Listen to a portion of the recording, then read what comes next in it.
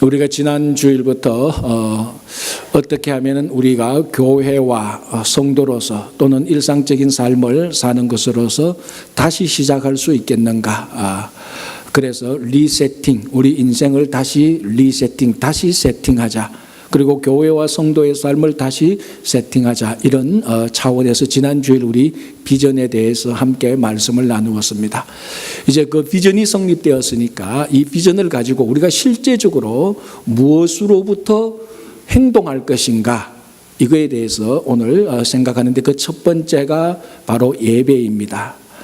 자, 오늘 이 자리에 모이신 여러분들에게 제가 예배라고 말씀하셨을 때 그 예배라는 말에 거부감을 느끼거나 예배라는 말이 생소하게 들리는 분은 아무도 없을 겁니다.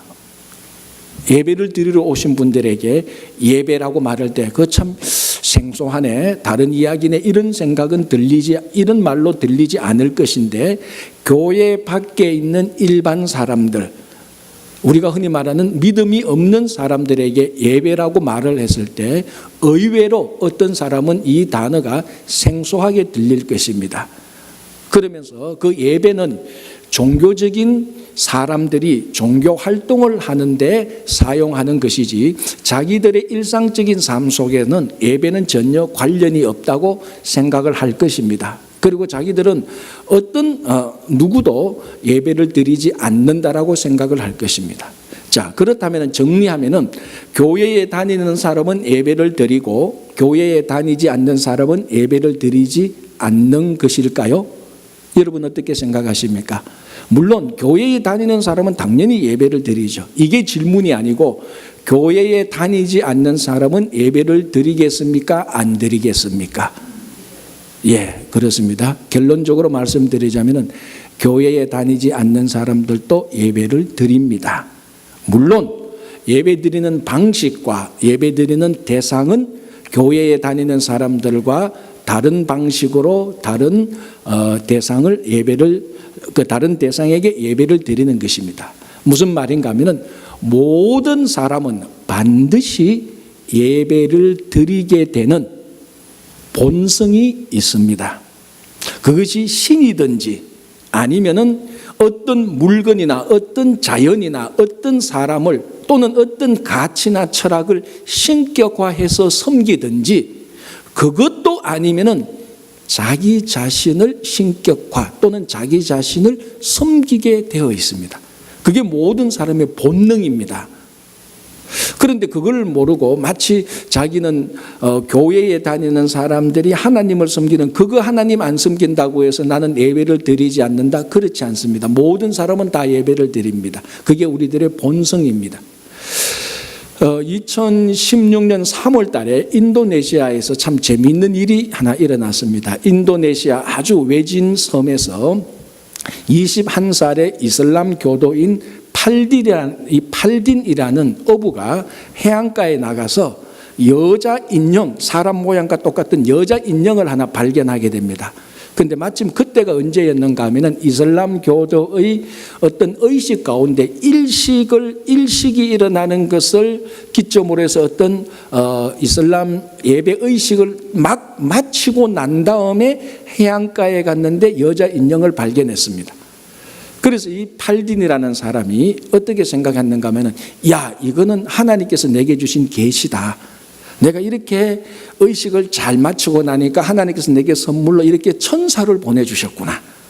그래서 이 여자 인형을 하나님께서 보내주신 천사의 계시로 받고 집에 와서 그 여자 인형에게 매일 옷을 입히고 자기 이슬람 교도들이 쓰는 히잡을 계속 세우고 자기 집에 모셔놓고 우리식으로 하자면 신당에 신 모시듯이 자기 집에 이제 그렇게 그 여자 인형 그를 이제 옷 갈아입히고 히잡 갈아입히고 해서 매일 섬깁니다.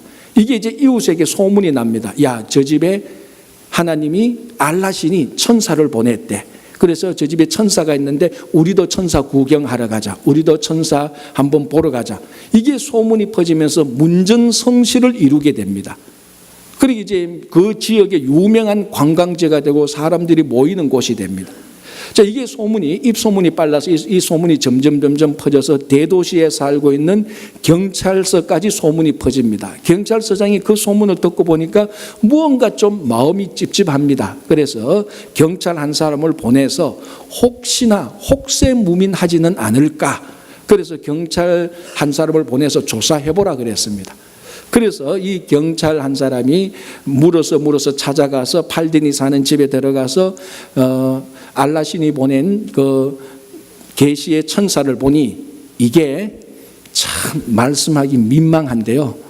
참 민망한데 이해하시고 들으시기 바랍니다. 이게 섹스를 대신하는 섹스용 인형입니다. 쓰레기 같은 인형이에요. 그게 어떻게 해안가로 떠밀려 와서 팔딘이 살고 있는 그 해안가에 머물렀던 것입니다. 원체 외진 곳이라 통신도 안 되고 인터넷도 안 되고 이런 것을 전혀 모르던 팔딘, 이런 것도 전혀 모르던 그 사람들이 이걸 천사의 계시로 받아들여서 섬기고 있었던 거예요. 얼마나 우스운 얘기입니까? 쓰레기 같은 그 인형을 천사로 섬기고 있었으니까. 왜 이런 일이 일어났습니까? 가장 근본적으로 왜 이런 일이 일어났습니까? 우리 안에, 모든 사람 안에 무언가를 섬기고 싶은, 예배 드리고 싶은 본능이 깔려있기 때문에 그렇습니다.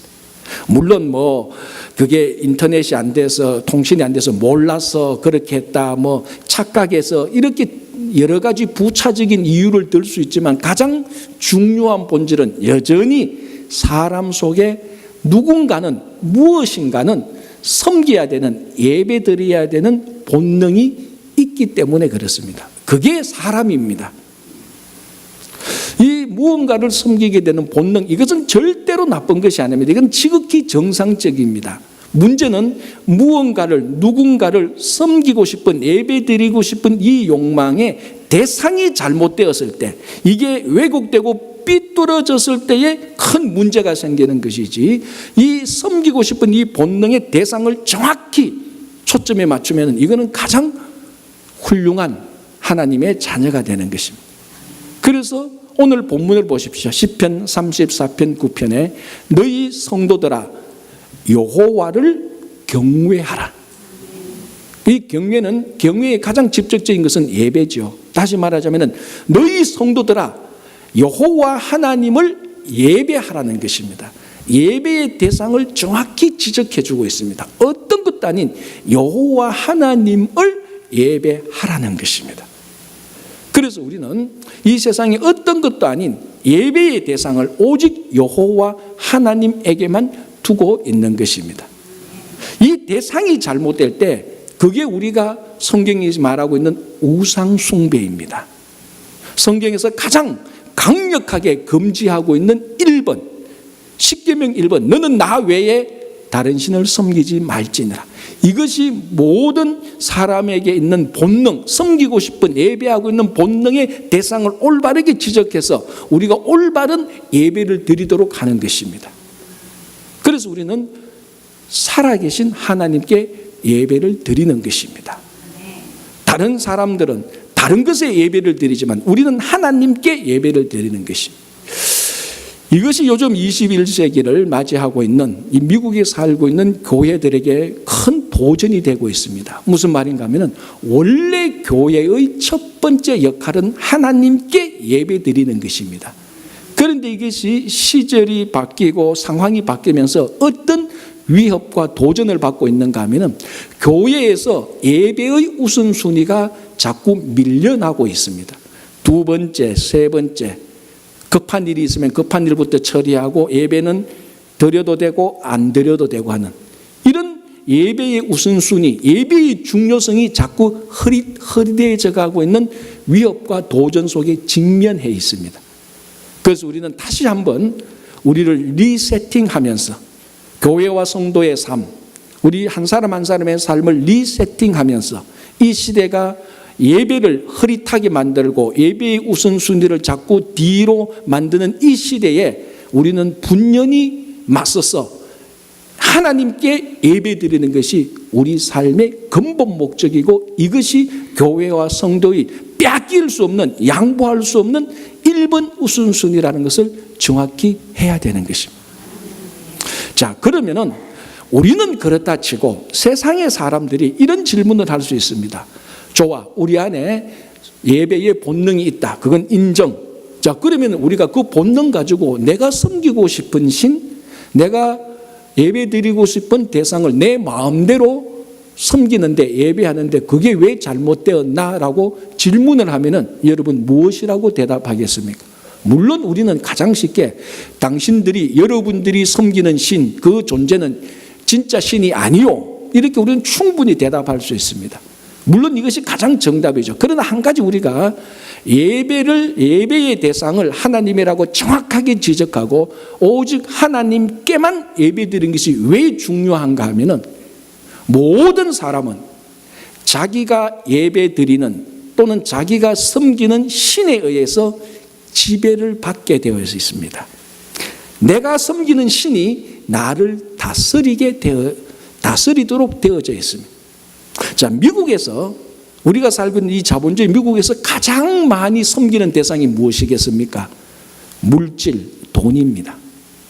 사람이 그렇게 말은 안 해도 가만히 말하고 행동하는 거 보면 얼마나 많은 사람들이 돈, 물질을 섬기고 있는지 모릅니다. 그럼 교회 밖에 사람들이 말합니다. 그게 뭐 잘못되었습니까? 라고 말할 수 있습니다. 우리는 분명히 지적합니다. 당신이 물질, 돈을 섬기는 한 돈과 물질이 여러분들의 인생을 다스릴 것입니다. 이게 정답입니다.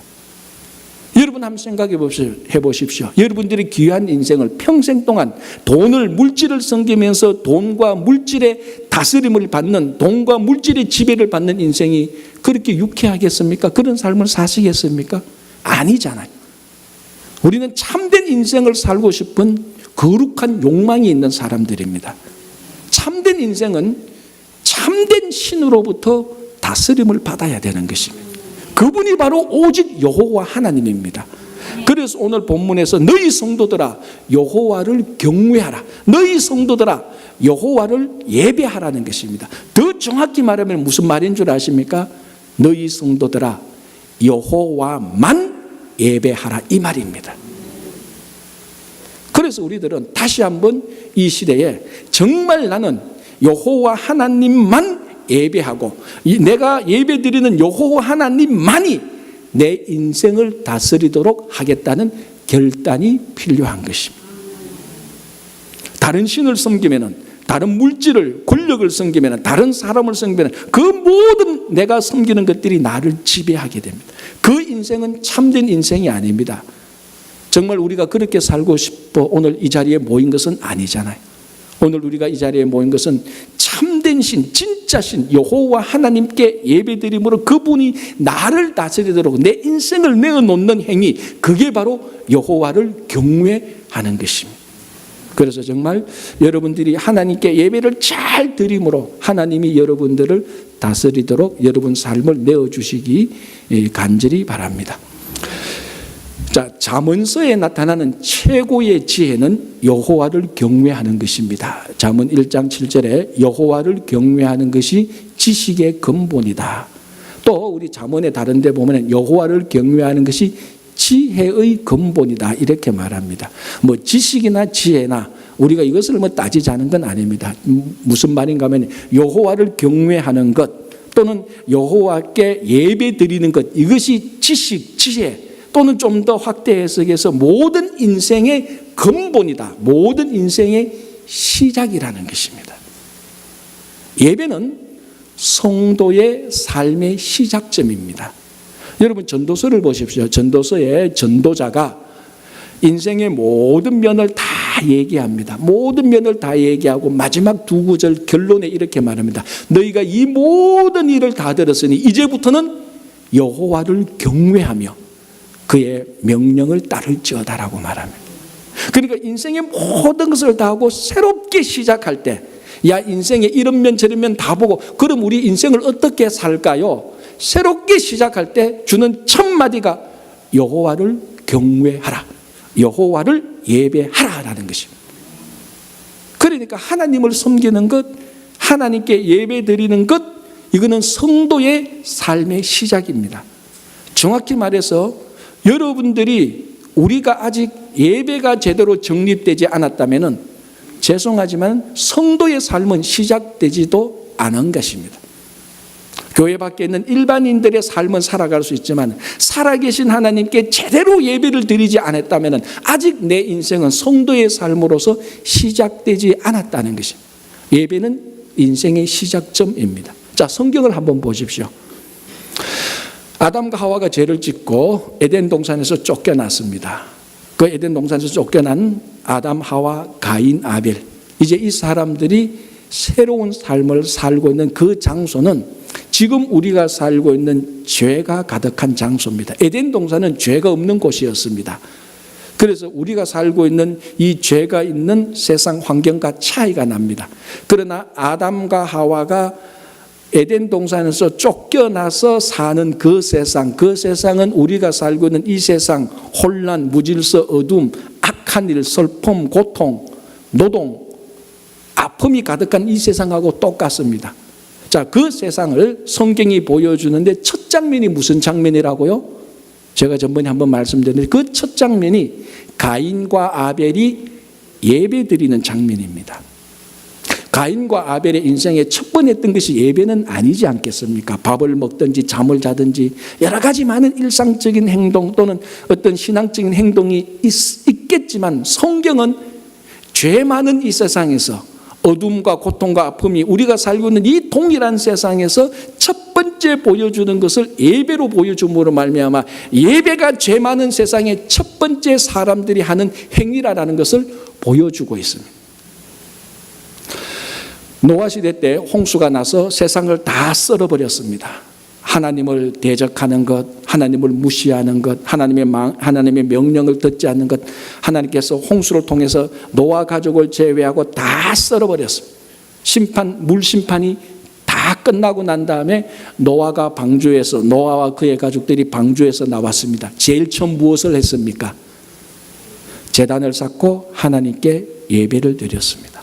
새로운 세상이 시작될 때 혼란과 무질서와 그 모든 악한 세상들이 물러가고 새로운 세상이 시작될 때 첫 번째 했던 것은 하나님께 예배드렸습니다. 왜 그런 줄 아십니까? 예배는 성도의 삶의 시작점이기 때문에 그렇습니다. 이스라엘 백성들이 남북으로 나누어져서 북이스라엘은 아수르에게 멸망해서 흔적도 없이 전 세계로 다 흩어져서 사라져버렸습니다. 남쪽 유다는 북이스라엘이 망하고 200년 더 버티다가 바벨론에게 멸망해서 바벨론 포로로 잡혀갑니다. 그 포로 생활 동안 이스라엘 백성들이 철저히 하나님께 회개한 것, 그게 뭔 줄 아십니까? 다른 말로 하자면, 정확히 한마디로 말하자면 그것은 우리가 왜 그때에 제대로 하나님께 예배드리지 못했나 이거였습니다. 예루살렘 성전 다 망했습니다. 이제 이 사람들은 예배 드릴 곳이 없습니다. 예루살렘 가도 성전이 망했고 바벨론에서는 우상을 섬겨야 되고 그 한탄과 애끓는 심정을 노래한 시편이 시편 137편 바벨론 강가의 시편입니다. 그 시편의 내용이 뭡니까? 이스라엘 백성들이 바벨론 강가에 포로 잡혀가서 우리가 왜 하나님을 제대로 섬기지 못했나 라고 한탄할 때 바벨론 백성들이 와서 놀려댑니다. 너희들 여기 있는 이런 악기 저런 악기가 있구나. 자, 이 땅에서 너희들이 섬겼던 하나님을 한번 찬양해보라. 그러니까 이 사람들이 그곳에서 하나님을 하나님께 마음대로 찬양하고 하나님을 마음껏 예배드리지 못해서 그 악기를 버드나무 가지에 걸어두고 하나 속으로 결단합니다. 우리가 다시 하나님을 섬길 수 있는 그때가 되면, 그곳으로 돌아간다면 이 악기를 가지고 와서 하나님을 마음껏 찬양하겠다. 이겁니다. 시편 137편. 그래서 바벨론 포로가 끝나고 이 사람들이 가나안 땅에 들어가서 제일 먼저 한 게 뭡니까? 성전을 다시 재건축하기 시작합니다. 왜 성전을 재건축하죠? 예배 드리려고. 그 예배 드리려고. 바벨론 포로 생활의 혼돈과 무질서와 어둠과 아픔과 상처와 자기들의 모든 것이 끝나고 다시 고향 땅에 들어와서 새로운 삶을 시작할 때 예배를 드리려고 성전을 세우기 시작했습니다. 이처럼 예배는 모든 성도의 삶의 시작점에 있습니다. 오늘 이 자리에 함께 있는 여러분들 모두, 저를 포함한 모든 우리가 무언가 인생에 지금보다 좀 더 나은 변화가 있어야 되겠다. 이제는 이렇게 살아서는 안 되겠다.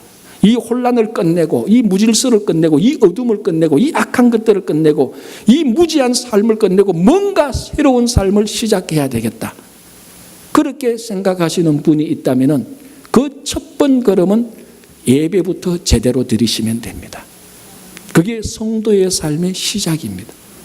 아까도 조금 전에도 말씀드린 것처럼 예배가 시작되지 않았다면, 진정한 예배, 하나님께서 받으시는 예배가 시작되지 않았다면 아직 여러분 성도의 삶은 시작되지 않은 것입니다. 그래서 이제는 이렇게는 안 되겠다, 정말 제대로 살아야 되겠다라고 생각하시는 분은 거두절미하고 하나님께 예배부터 제대로 드리시면 됩니다. 왜? 하나님과 우리와의 관계 우선순위 1번이 예배이기 때문에 그렇습니다. 우리가 예배를 우리 삶의 시작점으로 삼고 예배를 제대로 드리기 시작하면 우리 삶이 하나님께로 조정되기 시작합니다. 그래서 하나님께로 조정된 우리의 삶, 하나님께로 오리엔테이트된 우리들의 삶은 앞으로 살아가면 살아갈수록, 예배를 드리면 드릴수록 정말 하나님으로부터 나온 하나님을 기뻐하는 것이 우리들에게 생기게 되는 것입니다. 그래서 예배를 드림으로 진짜 세상에서 어떤 일을 이루어도, 어떤 것을 가져도 얻지 못했던 하나님을 기뻐하는 것이 우리 삶 속에 생기기 시작하는 것입니다. 간혹 묻습니다. 왜 예배가 그렇게 재미있지요? 이렇게 묻는 사람이 있습니다. 예배 설교 그러면 이미 하품부터 내는 사람이 주변에 수두룩합니다. 아니, 왜 예배를 2시간씩 드리지? 어떻게 그럴 수가 있지? 영화도 2시간 못 보는데 어떻게 설교를 그렇게 가만히 앉아서 30분 이상 듣고 있지? 어떻게 그렇게 가능해? 그 무슨 재미가 있어라고 이렇게 묻는 사람이 있습니다. 그에 대한 대답은 딱 하나입니다. 아직 당신이 예배를 제대로 드려본 적이 없기 때문에 그렇다는 것입니다. 아직 당신의 삶 속에 제대로 예배가 시작된 적이 없기 때문에 그렇습니다. 예배는 절대로 지루한 것이 아닙니다. 예배야말로 피조물의 삶에서 가장 흥분된 삶입니다. 여러분 생각을 해보십시오. 하나님을 창조주를 피조물이 만났는데 그것만큼 이 지구상에서, 인류상에서 흥분되고 기대되는 일이 도대체 이 지구상에 어디 있습니까? 10년 전에 만난 친구를 만나도 흥분되는데, 오래전에 떨어졌던 집을 나갔다가 부모를 만나도 정말 인생의 모든 것이 나올 만큼 흥분되는데, 피조물이 예배를 통해서 창조주 하나님을 만났는데 거기에서 맹숭맹숭하다면 그건 예배를 드린 것이 아니죠. 정말 예배가 살아있다면, 예배가 우리 인생이 시작된다면 예배 한 번만으로 모든 피조물의 인생은 다 변화될 수가 있는 것입니다. 그것이 제대로 안 되니까, 그게 우리 삶의 시작점이 제대로 안 되니까 예배가 지루하고 말씀이 지루하고 찬양이 따분하게 되는 것입니다. 예배야말로 가장 우리를 흥분시키는 거룩한 흥분의 도가니로 몰고 가는 것입니다. 그래서 우리는 예배를 드릴 때, 예배를 제대로 드린다면 하나님 자체를 기뻐할 수 있는 것입니다. 이렇게 정말 교회와 성도의 본질인 이 예배를 교회 안에서는 잘 드리는데, 그리고 예배가 좋은데 세상 사람들이 교회 안에서 예배 드리는 자는 어떻게 생각할까요? 제가 아는 한 세상 사람들이 교회에서 예배를 잘 드린다고 해서 그 사람들이 예배 잘 드리는 사람을 똑같이 예배 드리는 만큼 존경하지는 않습니다. 그건 우리가 이미 다 경험하잖아요. 오히려 지금 시대는 교회에서 예배를 더 많이 드리면 드릴수록 이상하게 세상은 자꾸 비꼬기 시작하고 무시하고 멸시하고, 심지어는 예배를 많이 드리는 사람을 광신도로 생각합니다. 이건 뭔가 안 맞는 것입니다. 뭔가 교회에서 성도들이 모여서 예배 드리는 이 거룩한 흥분과 이 거룩한 기쁨이 왜 세상에서는 조롱을 받아야 됩니까? 왜 세상 사람들은 이 예배를 멸시하는 것입니까? 이게 우리의 잘못입니까? 세상의 잘못입니까? 결론적으로 말하자면 우리의 잘못이죠. 왜? 교회 안에서 이 예배당 안에서 드리는 이 거룩한 예배의 흥분을 우리는 세상에서 세상 사람들에게 보여준 적도 없고 전달해 준 적도 없기 때문에 그렇습니다. 다시 말씀드리자면 교회 안 예배당 안에서 드리는 이 예배의 거룩함을 세상과는 다 끊어버렸기 때문에 그렇습니다. 그냥 거룩하고 좋은 예배는 예배당 안에서만 드리는 것, 세상에서 비즈니스하고 살 때는 따로 분리해서 예배와 따로 분리해서 살기 때문에 세상 사람들이 이 사람이 교회에서 예배 드리는 사람이라는 것을 알고 난 뒤에 그런 예배가 무슨 상관이 있어? 그런 예배 드려본들 아무런 자기들한테 거룩함도 없고 자기들한테 아무런 선한 영향력도 없으니까 예배를 드리면 드릴수록 상대적으로 더 비꼬고 무시하는 그런 시대가 되어버렸습니다. 그렇다면 정말로 우리가 세상과 단절시키는 이 예배가 올바른 것인 걸까요? 제가 성경을 한번 읽어드릴게요. 이 잠언서를 한번 보면요.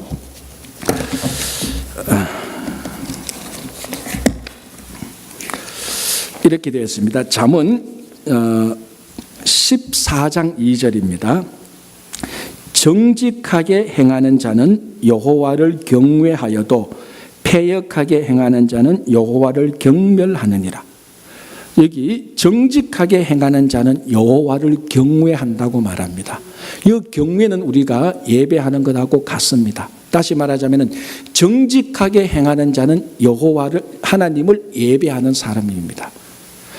하나님께 예배드리는 사람은 정직한 사람입니다. 그러면 정직한 사람이 예배당 안에서만 정직해야 될까요? 천만의 말씀. 오히려 정직은 예배당 안이 아닌 세상에서 더 정직해야 됩니다. 그래서 이 본문은 이렇게 해석하면 정확합니다. 하나님께 예배드리는 사람은 세상에서도 정직해야 된다 이 말입니다. 자, 잠언 8장 13절입니다. 여호와를 경외하는 것은 악을 미워하는 것이라. 나는 교만과 거만과 악한 행실과 패역한 입을 미워하느니라. 무슨 말인가 하면 여호와를 경외하는 것, 즉 하나님께 예배드리는 것은 악을 미워하는 것이란. 즉 하나님께 예배드리는 자는 악을 미워해야 됩니다. 자, 이 악이 교회 안에 많겠습니까? 세상에 많겠습니까? 물론 교회에도 악이 있지만은 세상은 악의 천지 아닙니까? 그러면 악을 미워하는 사람은 교회 안에 있어야 됩니까? 세상 안에 있어야 됩니까? 세상으로 나가야 되는 거예요. 다시 말씀드리자면 예배 드리는 자는, 하나님께 예배 드리는 자는 세상 한가운데 들어가서 악을 미워해야 된다는 것입니다. 교만과 거짓과 원망과 불평하는 입을 미워해야 된다는 것입니다. 자, 하나 더 볼게요. 디모데전서 2장 10절입니다. 오직 선행하기를 원하노라. 이것이 하나님을 경외하는 자들에게 마땅한 것이라. 하나님을 경외하는, 하나님께 예배드리는 자는 마땅히 선행을 행하라는 것입니다. 어디에서? 물론 교회 안에서도 그렇겠지만 더 중요한 선행을 행하는 장소는 어디입니까? 세상 아니죠. 이렇게 몇 구절만 살펴봐도 성경은 단 한 번도 예배를 세상과 관계를 끊는 부분은 없습니다. 예배당 안에서 예배, 심지어는 성막 안에서 예배조차도 세상과 연결되어져 있어야 되는 것입니다. 예배는 교회 안과 교회 바깥을 연결해주는 연결고리입니다. 그것을 우리가 잘못해서 연결고리를 끊어버렸기 때문에 세상 사람들이 여전히 교회의 예배를 인정하지 않고 오히려 무시하고 조롱하는 시대가 되어버렸습니다.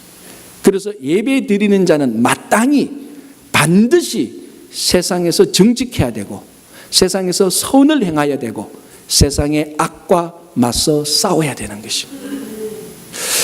자, 시편 116편 9절에 이런 내용이 있습니다. 우리 앞에 읽었던 성경책, 앞에 사용했던 성경책 개역 한글판에는요,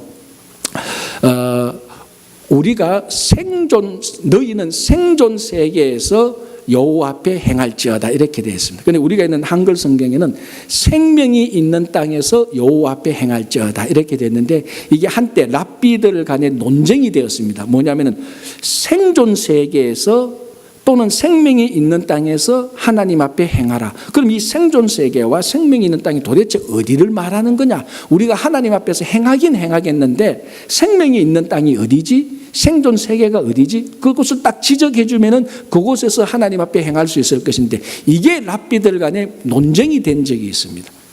어떻게 생각하면 좀 우습죠, 랍비들이. 그죠? 그 뭐 논쟁할 거 뭐 있어? 딱 하면 감 딱 잡히는데. 이제 그때 그 논쟁이 생겼을 때 유명한 랍비 유다가 이렇게 말했습니다. 그 성경에서 말하는 생존 세계는 시장 바닥이다, 이렇게 말했습니다. 여러분, 시장이 뭐 하는 데입니까? 물건을 팔고 물건을 사는 곳입니다. 한 번만 더 생각하면 물건을 팔려고 또는 물건을 사려고 서로 속고 눈치 보고 감추고 거짓말하는 것이 시장 바닥입니다. 가장 사람들이 많이 모이는 곳, 인간성이, 사람의 속성이 가장 잘 드러나는 곳이 시장 바닥입니다. 그래서 이 랍비 유다는 이렇게 말합니다. 이 본문은 너희는 시장 바닥 안에서 여호와 앞에 행할지어다, 이렇게 결론을 내어주었습니다. 얼마나 정확한 좋은 번역입니까? 좋은 해석입니다. 우리가 하나님 앞에 행하는 자, 하나님 앞에 예배를 드리는 자는 시장 바닥에서 예배를 드리라는 것입니다. 그러니까 예배와 시장 바닥이 끊어지지 않고 그대로 연결되는 겁니다. 교회 안에 예배당 안에서의 예배가, 예배당 안에서의 거룩과 흥분이 시장 바닥에서도 그대로 연결되어지는 것, 이게 성경의 참된 예배라는 것입니다. 기원 후 2세기, 이때는 여전히 이스라엘이 로마의 통치하에 있었습니다. 그 중에 이제 랍비 시몬이라는 사람이 일단의 그룹들을 데리고 로마 황제에 저항하다가 반역하다가 사형 선고를 받게 되고 받게 돼서 체포될 지경에 이르자 이 랍비 시몬이 자기 아들을 데리고 아주 사람들이 찾지 못하는 동굴 속으로 숨어버렸습니다. 그런데 하나님께서 이 시몬과 그 아들을 이제 보살펴 줘서 하나님께서 기적을 베풀어 줍니다. 그 동굴 속에서 과일 나무가 자라게 하고, 그리고 또 그 동굴 속에서 우물이 생기게 합니다. 그러니까 이제 그 속에서 12년 동안 살게 되는데, 하나님께서 베풀어 주신 기적의 우물물을 먹고 과일을 먹고 12년 동안 살아가면서 12년 동안 오직 율법만 공부합니다. 그래서 12년이 딱 지나자 자기에게 사형 선고를 냈던데 로마 황제가 죽고 사형 선고가 철회됩니다. 그 소식을 듣고 이 랍비 시몬이 율법 공부를 끝내고 자기 아들과 함께 동굴 밖으로 나옵니다. 나와서 이렇게 마을로 들어가니까 농부들이 새벽부터 밤늦게까지 하루 종일 농사를 짓는 거예요. 그리고 밤에 들어가서 피곤해서 자고, 그리고 또 이렇게 하는. 그래서 이 랍비 시몬이 화가 났습니다. 아니, 여러분들은 세상 하늘의 영원한, 천국의 영원한 것을 포기하고 매일 어떻게 이렇게 농사만 짓느냐, 막 화가 난 거예요. 자기는 12년 동안 동굴에서 율법만 공부했는데, 거룩한 것을 공부만 했는데, 이 세상에 나와보니까 율법은 한 명도 공부 안 하고 매일 하루 종일 일만 하고, 그래서 막 분노가 나서 눈이 막 이글이글거리면서 그 이글이글거리는 분노로 사방을 둘러보니까 사방에 불이 나고 곡식이 탔대요. 전성에 나오는 겁니다. 전성에. 탈무드 전성에 나오는데, 이때에 하늘에서 음성이 들립니다. 너는 내가 만든 세상을 파괴하려고 동굴에서 나왔느냐? 다시 들어가라. 하나님께서 하나님이 만든 세상을 파괴하시는 랍비 시몬을 다시 동굴로 들어가도록 해서, 그래서 1년 더 있다가 나와서 자연스럽게 말씀을 공부했지만, 율법을 공부했지만 세상 속에 들어가서 그 안에서 율법을 적용하고 살았다는 것입니다. 이게 뭘 의미하는 겁니까? 율법 속에서 12년, 13년 동안 공부한 것이 세상과 단절되어 있습니까? 연결되라는 겁니까? 연결되라는 거죠. 처음에 12년 공부하고는 다 단절시켰습니다. 너희들도 다 내처럼 율법을 공부하라. 영원한 것을 소유하라. 누가 농사 짓고, 누가 땅 갈고, 누가 밥 짓습니까? 그래서 세상을 단절시킬 때 하나님께서 분노해서 너는 내가 만든 세상을 파괴하지 말라는 것입니다. 자, 여기서 우리가 이 말씀을 생각하면서 율법에서 12년 동안 공부한 것을 우리가 예배당 안에서만 예배 드리는 것과 한번 같이 매치시켜 보십시오. 예배당에서 예배만 드린다고 해서 세상에 나가서 세상과 단절시켜서 되는 겁니까? 아닙니다. 예배당 안에서 예배는 여전히 세상에서 똑같은 모습으로 일상적인 삶 속에서 예배의 모습이 나타나야 되는 것입니다. 가끔 어떤 분들이 이렇게 말합니다. 이슬람 교도를 보면 일상적인 삶 속에서 예배를 드리는 것 같다 이렇게 말을 합니다. 왜냐고 물어보면 그 사람들은 일하다가도 기도 시간 되면 하루에 5번씩 꼭 기도를 하잖아요. 야, 저 사람들은 참 신기하다. 그렇게 말을 하고, 저런 사람들을 보면 일상적인 삶 속에서 예배가 살아있는 것 같다 이렇게 말하는 사람도 가끔 듣습니다. 저는 그 말에 대해서 특별히 부정은 하지는 않지만 저는 인정도 하지 않습니다. 일상적인 삶 속에서 예배라는 것은 예배 시간을 정해놓고 기도하는 것도 일상적인 삶 속에서 예배이기도 하겠지만, 일상적인 삶 속에 예배당 안에서의 예배를 세상에서 연결시켜서 세상의 예배로 바꾸라는 것은 일상적인 삶 자체가 예배가 되라는 것입니다. 내가 직장 동료에서 말하는 것 자체가 예배가 되라는 것, 그것이 예배 활동이 되라는 것이, 직장에서 열심히 일하는 것 자체가, 쉽게 말해서, 가장 쉽게 말해서 내가 돈 벌고 먹고 살기 위해서 일하는 그 차원을 뛰어넘어서 이 일이 하나님께 예배가 되도록 하라는 것입니다.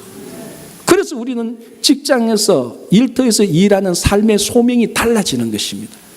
똑같은 일을 해도 세상 사람들은 먹고 살기 위해서 비즈니스를 하지만 우리는 이 비즈니스 자체가 하나님께 드리는 예배라는 것입니다.